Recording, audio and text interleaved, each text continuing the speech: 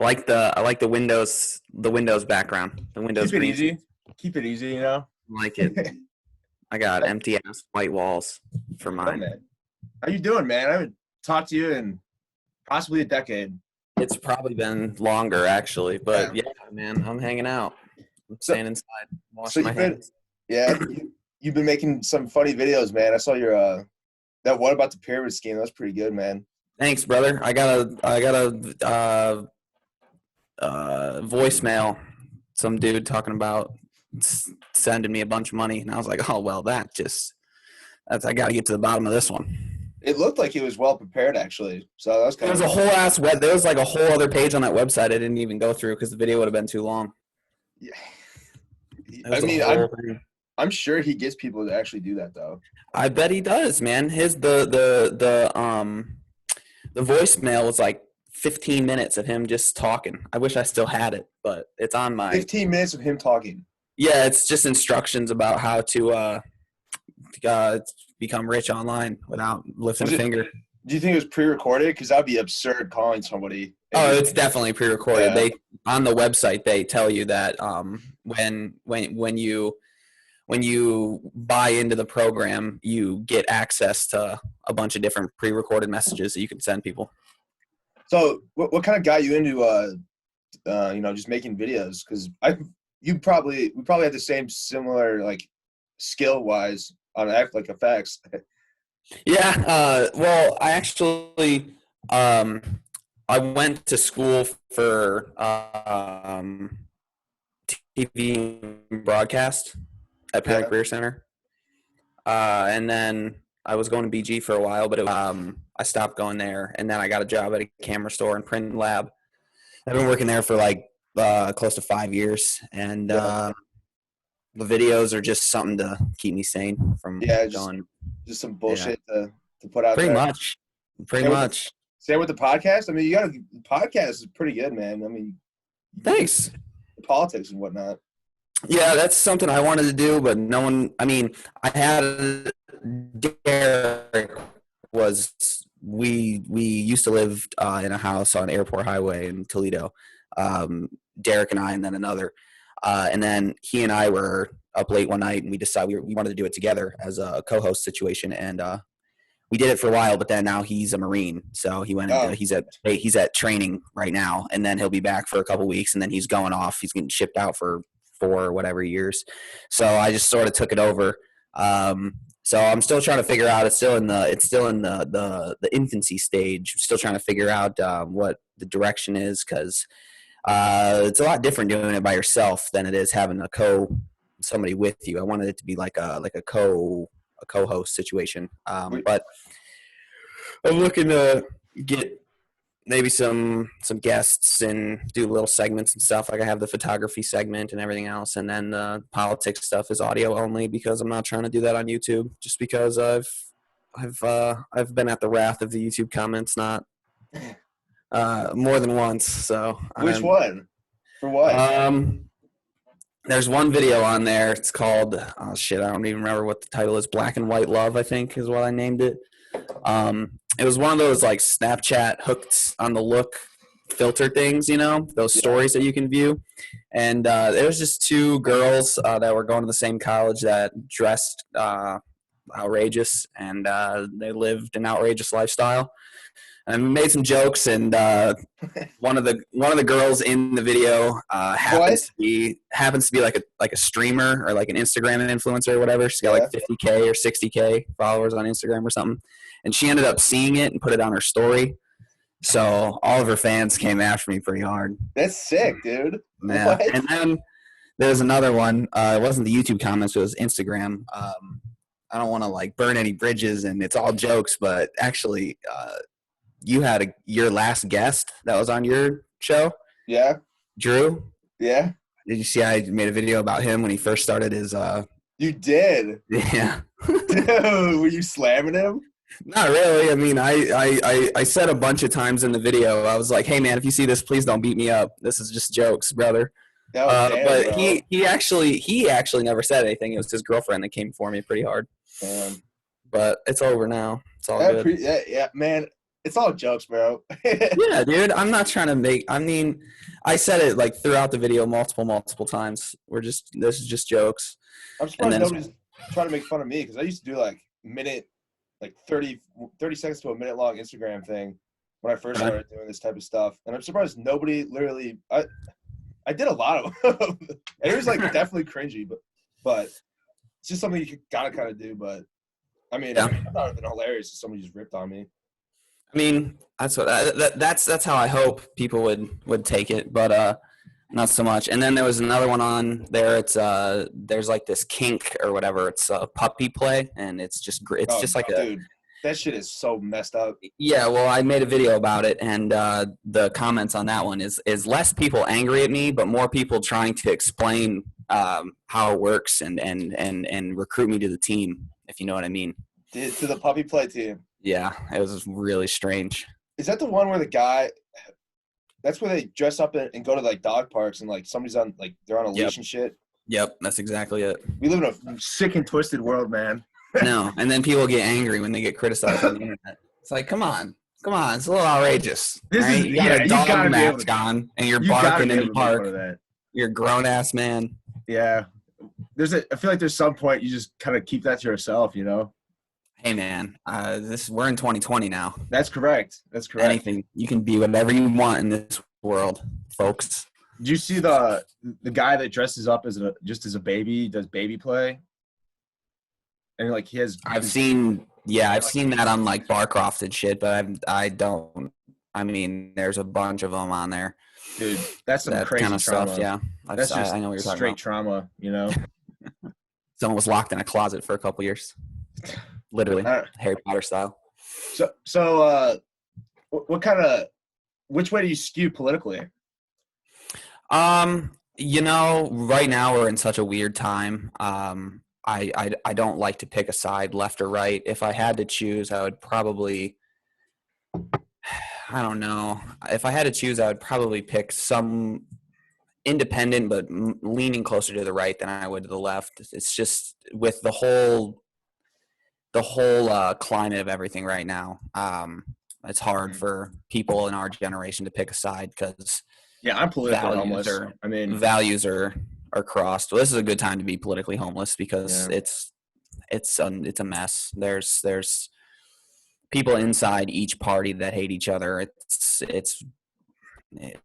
We got very polarizing figures on both sides. It's rough time. It's entertaining to say the least. If you're into it, I'll say that. Okay, that's correct. I need to stop watching. Like I'm subscribed constantly to all the political news because I feel like I'm just wasting my time, and it's like nothing is just getting me more mad or whatever. Mm-hmm, mm-hmm. So I just had to stop. I watched a lot of Tim Pool because I feel like he's objective, but I like to steer away from like the traditional like cable networks because I feel like they've picked a side years ago. Yeah, you can't blame it for it. They're just going for their base, but yeah, I mean, you have a demographic to get to, and I mean, once you find something that lands with the demographic, you just keep going. But in times like this, where there's such a generational change that's happening right now, and people are joining the workforce younger and younger, values and values and beliefs are different generationally, and it's just a big change. And there's people on both sides that just either don't want to accept a change or are ignorant to it, and that's where the problems come from, and that's where arguments happen and stuff. So I feel most people, they get angry at the figurehead, either when it was Obama or Trump, and they just need to blame the government as a whole because it's just they don't really do that much that changes your life. But I don't know, the government is just so especially during this pandemic, it's just too much for me. I don't know. They're arresting people just for going out. That's what I heard in Chicago. I saw something that said the Chicago mayor was personally breaking up gatherings larger than whatever the CDC said. Is it 10 now? People are snitching on their neighbors if they have like parties and shit.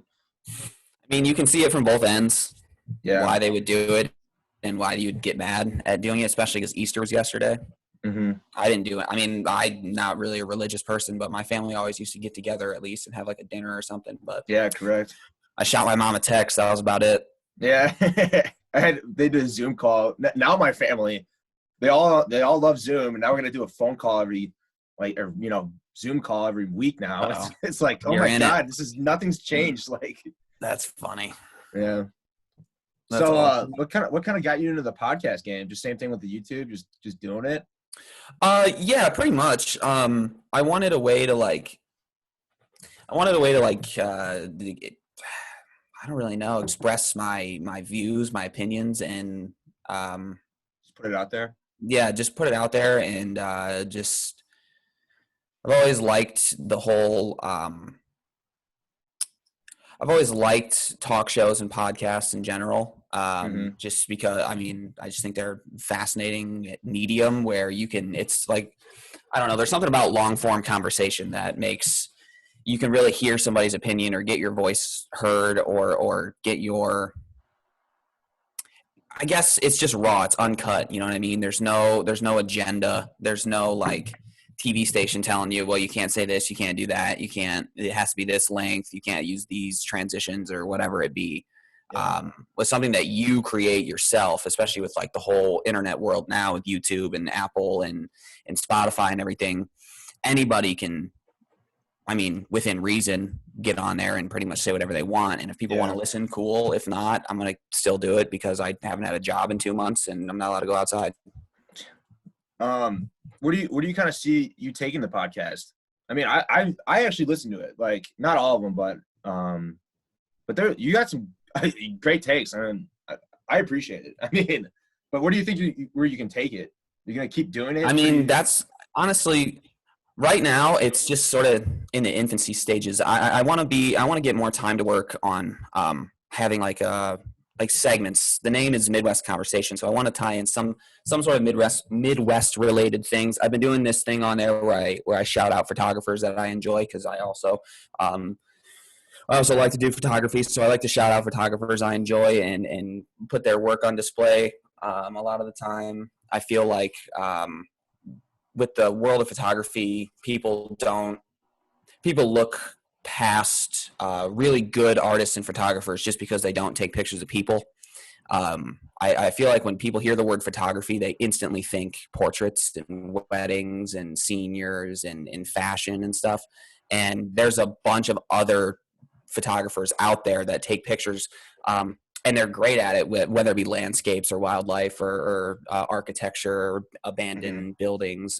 There's a bunch of photographers that do really great work, but I don't feel like they get the recognition they deserve, especially if someone's taking, in my case, or the photographer highlight I did 2 weeks ago, wildlife photographers and birding photographers. A lot of them are older, like 50 plus, and it's really cool to see my generation and younger get into that. I don't know why. It's just what I'm interested in. And I feel like taking photographs of animals in the wild is, whether it be birds or deer or lions, whatever it is, it's the most difficult thing to do because not only do you need to know how to take a good picture and use your camera, but you need to know how to do it quickly because animals don't speak English and they can't sit and pose unless they're, like a dog or something. But I don't know. So that's cool. And then the political thing, I want to keep it audio only just because YouTube has,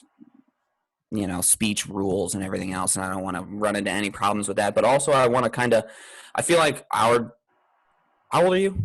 23. 23. Okay. I'm 22. So I can say that. I feel like our generation is, like you said, politically disconnected. And I don't know. I just kind of want to maybe get people that are younger into the process because the way I see it, there needs to be some sort of systemic change in how the establishments are run. And the only way that's going to happen is if our generation gets involved. So that's kind of what I want to do with the political thing. But as for like the show portion of the podcast, like the YouTube one, I really don't know. I'm planning on, after this lease is up where I live now, I'm moving in with my girlfriend and we're getting a 2-bedroom, and I want to convert the second bedroom into like a studio area where I can decorate it and put up like where I can actually have like a legitimate area to work and Like a kind studio. of develop like segments and stuff. Yeah. Mm-hmm. And then also that'll help with the sketch comedy too and everything like that.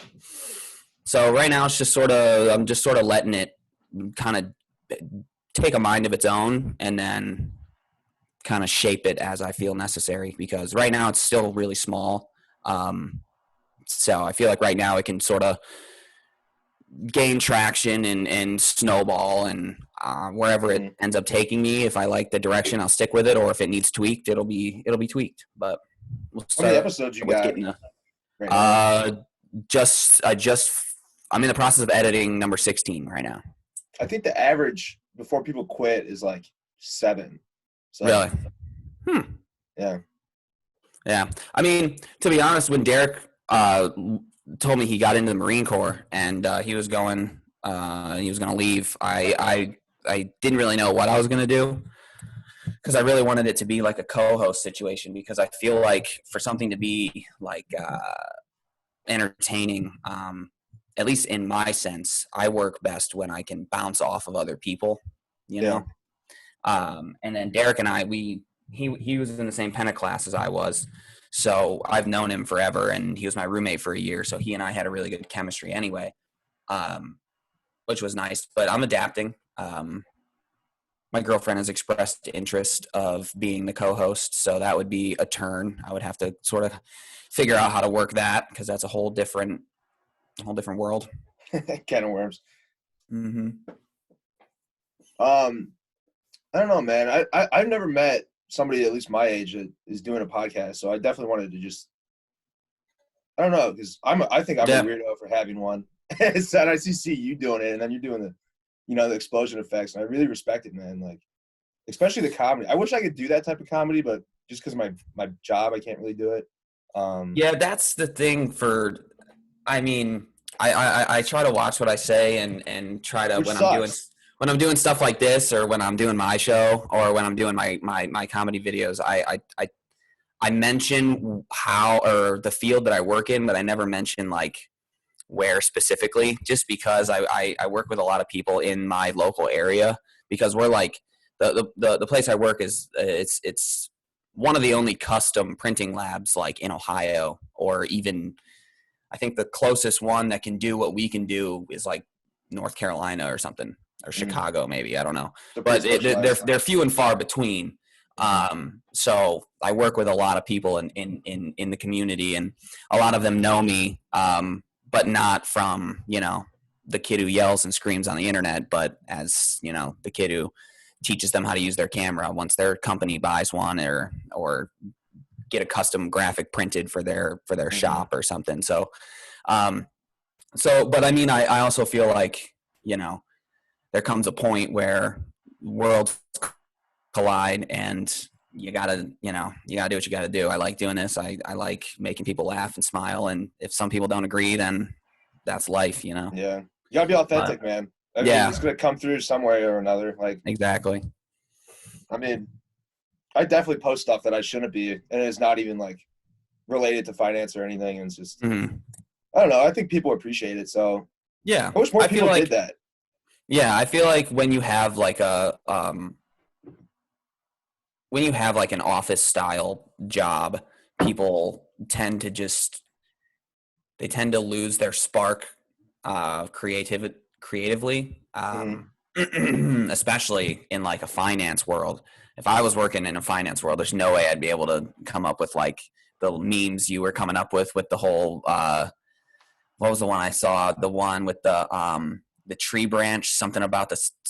You were hucking the tree branch into the river, and the river was titled retirement account, and the tree branch had some other thing on it. Paycheck. Paycheck. Yeah, I thought it was stimulus check for a second. That would have been funny, but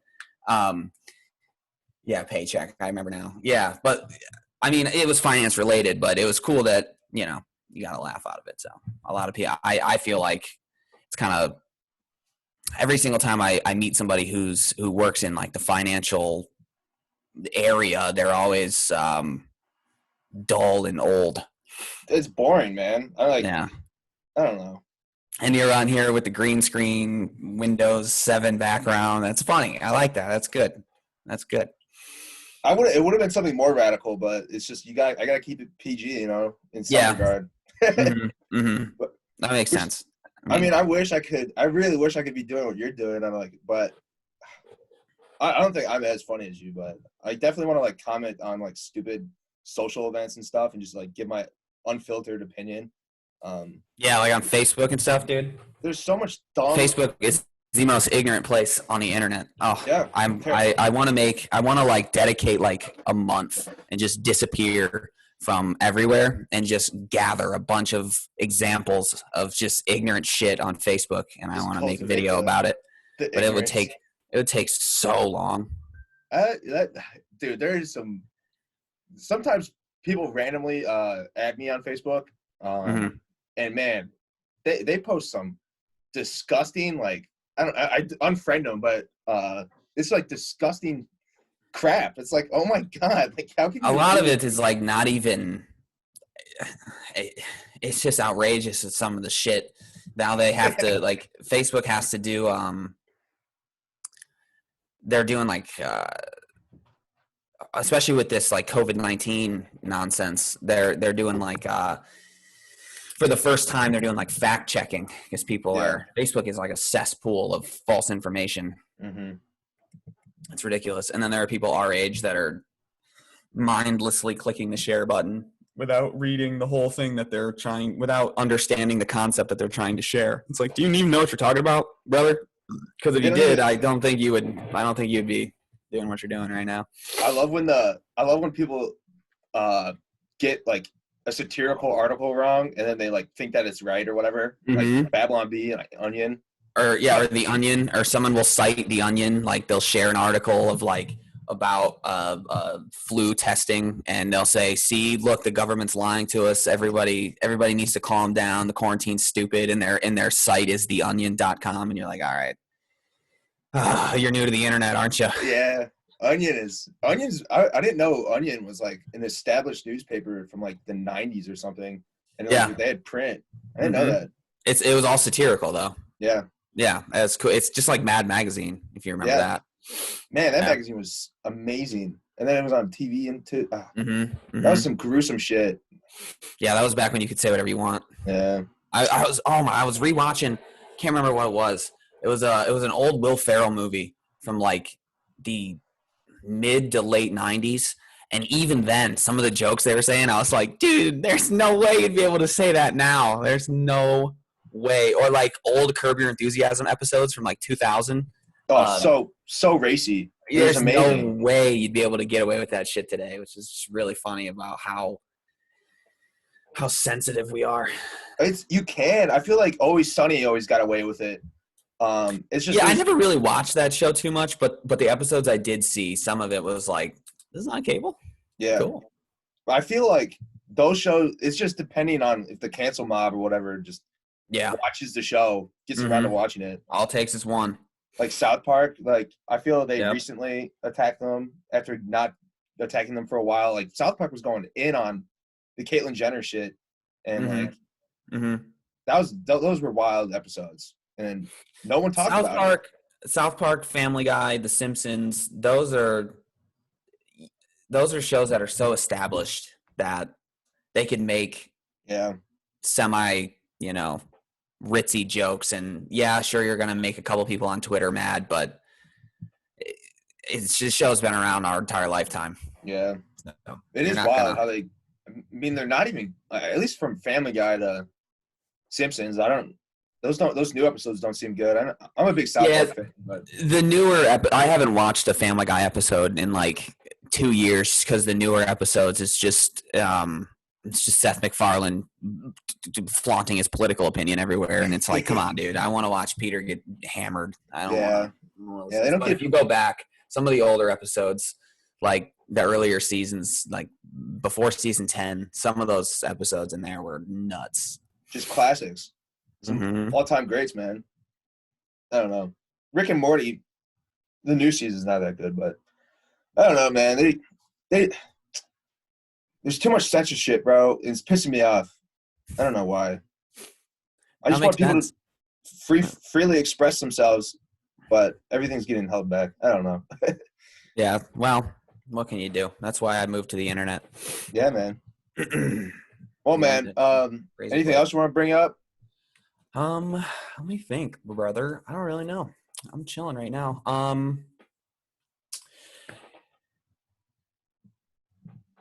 I don't know. What do you? I mean, I'm very interested in what is the whole. If you don't want to talk about it because it's a different thing from the podcast, that's fine. But the whole clay finance. What do you do? What is? What is? I bought a financial advising business, Okay. and it services the 401k plans for multiple companies. You would know a couple. Most of them are in Toledo, one in Florida, and then I get a lot of individual clients sprinkled throughout United States. Mm-hmm. I just do their retirement accounts, and I do have my insurance licenses, but I do that like I outsource it, but I get paid on that. So yeah, I just next year I buy my partner out from the deal, and I'll be like the sole owner of it. But that's what it is pretty much. So you own Clay Financial is what you're saying? Yeah, Or I'm you part will? owner right now, but I will be full owner. Well, then once you buy them out and it's yours, you start making all the funny shit you want. Nah, no, I gotta keep it. He's like 66, so I already built all this Clay Financial. Like Clay Financial wasn't anything really. It's just his LLC. Yeah. Like I did the website and everything, and Mm-hmm. he doesn't know anything I do on the internet. But you gotta be on the internet. Like I probably didn't have any social media really. I like maybe a Facebook Yeah. page that I hadn't used forever. Mm-hmm. But I got this, and like I understand the importance of like marketing yourself. So got it again, and now I'm doing like all this stuff again. But Yeah. yeah, Well, it's pretty cool. I didn't know what it was, and I mean that's young success right there. That's cool, man. I'm all for that. I didn't know, yeah, but that's sweet. it's weird. I don't know. I sit down with like 66-year-old people trying to get their retirement in place, and they have like no money. It's kind of sad, honestly. Like, definitely have a pandemic, but I don't know. Well, it's just good that you're. I mean, again, I mean, with our generation, I mean, it's good that there's somebody who's in the generation that's telling people, hey, you gotta be ready for this. You gotta save, and you gotta have a plan. I know people personally who have said the words, "Get ready. You might want to put that drink down." I know people personally that have told me to my face, "I don't believe in a savings account because I could die tomorrow." And I was like, well, I mean, I guess, brother, you could die tomorrow, You could but you also could live also till wake you're up tomorrow. you could And also live till you're 100. Like, yeah, and you could also need to like, I don't know, replace brakes on your car next week. That could happen. I But do yeah, dude. talk to an enormous amount of people that have like nothing in their bank account, or they're in like hundreds of thousands of dollars in debt, and Right. it is just like it's like everybody I talk to almost. It's really staggering. I mean, I'm Yeah. in massive amounts of debt, but it's good debt in my opinion. Student or no? No, No. I paid that off, and my family helped me out, and I graduated early, so that was like a whole Yeah. it saved a lot of money. But Yeah, I bet. College is expensive as hell. but I bought a house with my sister, and then this Hmm. business. I mean, Sure. So it's like really necessary shit. Yeah.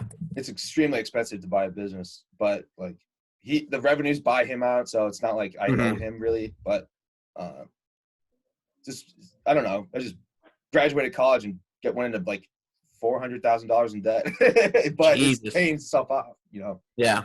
Well, I mean, it's necessary, you gotta spend money to make money. That's cool, man. Yeah, that's kind of why I stopped going to school. Not only because of the fact that I was looking ahead in some of when I was a freshman, I was talking to like juniors and seniors in the same program that I was in, and they were doing projects and they were doing stuff that I had already done at Penna. Mm-hmm. And I was like, well, I'm not going to spend all this money and go into all this debt if I'm just going to repeat myself. So, Oh, it's stupid, man. yeah. I wish I could have dropped out to do this, but I went to OU, and I definitely had fun there. But yeah, I mean, it's a good time to meet people and like network and stuff. If that's what you do it for, then that's a great idea. But it's just kind of ridiculous that there are some. I mean, I understand the companies that require a degree. It totally makes sense if it's like a financial, for example, or like anything in the medical field or like law. It makes total sense. But they're like, before I started working at the lab, I wanted to be like a photojournalist, and I had certifications from Penna and everything, but all the newspapers around this area, even the little ones, like the local ones that I applied for, they all require at least a 4-year degree. Really? Um, yep. And it's kind of funny because now that I work at the lab and the camera store, there will be like the editors and the lead photographers of said newspapers. I'm not going to name them right now because I'm stupid to do that. But those people will come into the store and then they'll ask my opinion about certain topics and certain equipment and certain technique and in the camera industry. And I'm like, that's crazy because like you told me I couldn't work for you because I don't have a degree, but now you're here asking me a question. People need to. I think you're smart as hell for understanding that, but many people don't like weigh the costs for the income they're going to receive after. Yeah. It's like, yeah, exactly. Matched up with the income you're going to receive after. Going into this field, I knew going in when I went to Penna, I was like, people who go into broadcast or journalism or photography or anything like that, video production, there's not a lot of money in it. You do it because you love it, right? Mm-hmm. And yeah, I weighed the cost of going to. I mean, Bowling Green's not that expensive, but it's like 18,000. I don't want to say a semester because that sounds too much, but maybe it was, or a year, maybe. I don't know. Is it? You think so? 18,000 a semester? I mean, that sounds right, but that also sounds ridiculous at the same time. I was paying 11, I think, per semester at OU. Okay, so maybe it was a year at BG. Maybe I don't know. 16. Maybe I think that was yeah. So that'd be like 20 per year. Yeah, so that's about right. That's about right. Well, yeah. Anyway, you do that for 4 years, and you come out with thousands of dollars of debt, and then you get a job that you'll never be able to pay that debt off. It's ridiculous. And so I was like, yeah, no. And then the advisors at the school were telling me I was making a mistake. And I was like, look, man, I get what you're trying to say. I really do. And I understand that having a degree is probably going to be a big help in finding a career. But when you look up and you say the career that I'm going to get is not going to pay me enough to get out of this debt that you're going to put me in, and the classes I'm going to take, I've already taken for free at a career tech school. There's no point in me to be here. Now, I have thought about doing some like online classes to like get better with like writing, because I feel like if I were to stick out some like writing courses, it would help just learning like, you know, different ways to come at like a story or tell a joke, or, you know. I should do that. Damn. Yeah. But like but there's a bunch of like masterclass and Skillshare and shit like that you can learn from.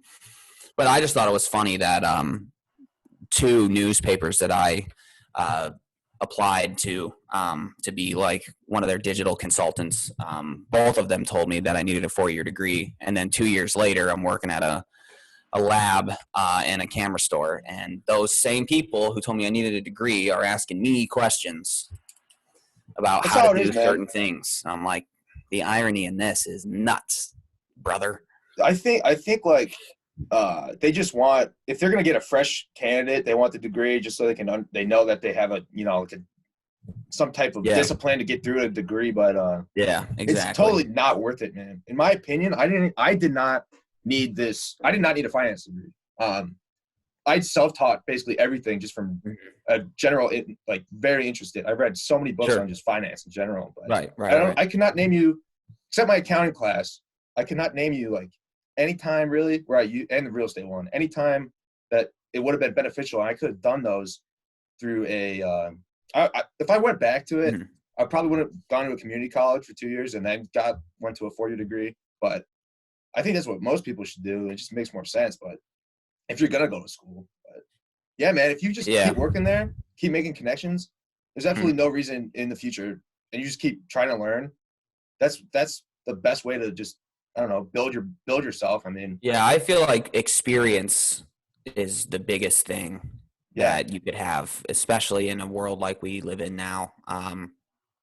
you could have like whoa, I almost knocked that over. You could have like the A+ student come out of school and he knows all the theory of everything, regardless of what the topic is. But that A+ student who's never actually done it in the real world, whatever the job may be, is going to not perform as well as the person with or without a degree. But if they've been working in that field for 5-7 years, they're going to be they're gonna perform better than a fresh off the boat out of college kid. Now, that withstanding, that fresh off the boat straight A kid in college is probably a quick learner, so he can catch up, and he can probably, or she could probably survive and be fine. You just take some training and be good to go. But I feel like we spend too much time, or we're too particular. Things have been going a certain way for 50-60 years. You come out of high school, you go to college, you get a degree, you get a job, you buy a house, yada yada. The list goes on.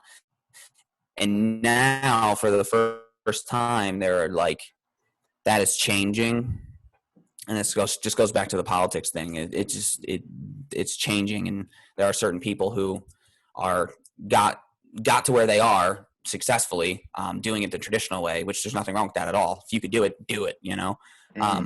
But you shouldn't discredit those who can also get there without doing it the traditional way, I guess.